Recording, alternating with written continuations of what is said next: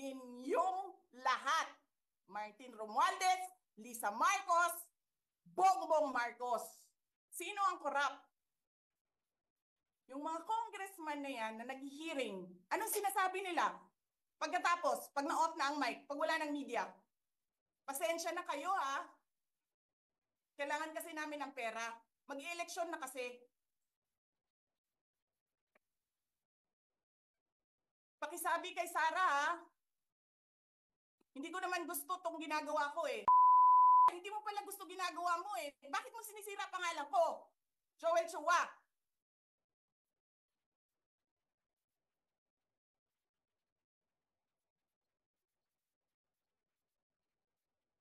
Ganyan. Ganyan ang bansa. This country is going to hell because we are led by a person who doesn't know how to be a president and who is a liar. Alam nyo anong pruweba ko na sinungaling siya? Tinanong ko, dalawang businessman. Matagal na sa negosyo ng bigas.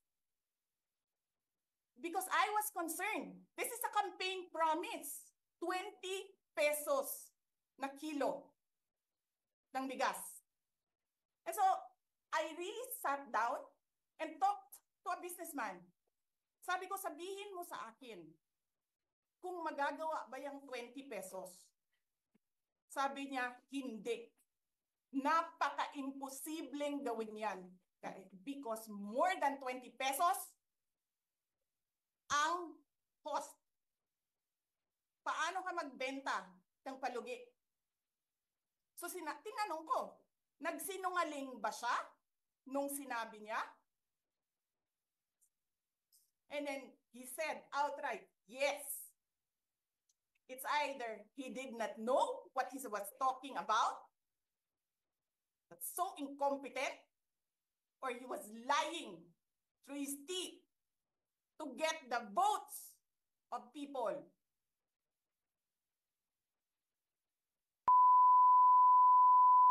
Ninyong lahat. Martin Romualdez, Lisa Marcos, Bongbong Marcos.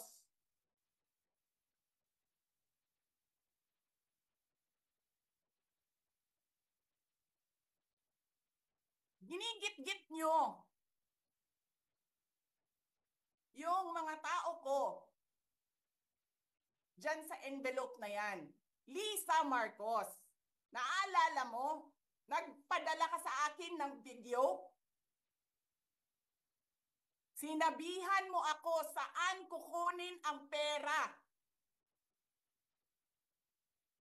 Pinakita mo ang muka ng tao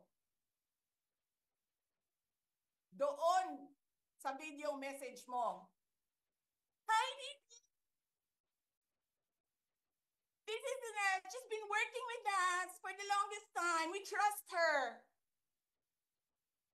You sent me written instructions about money.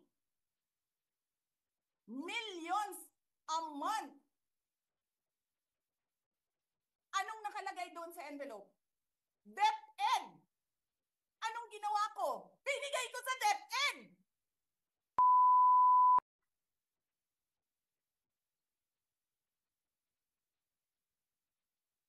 Wala ka ngang posisyon sa gobyerno, namimigay ka ng pera ng gobyerno eh.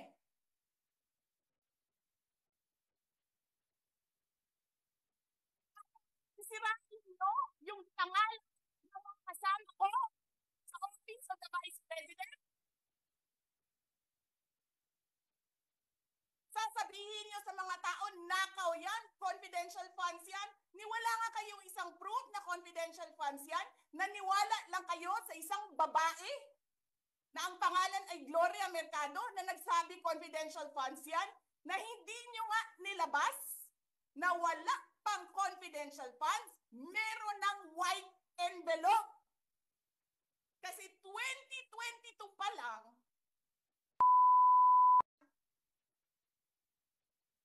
may utos na ng pera sa DepEd. Tapos kami yung nagsisinungaling? Nagpipigil ako eh. Kasi gusto ko lang magtrabaho. Gusto ko lang tapusin nyo na yung ng show ninyo dyan sa House of Representatives para makabalik na kami sa trabaho namin.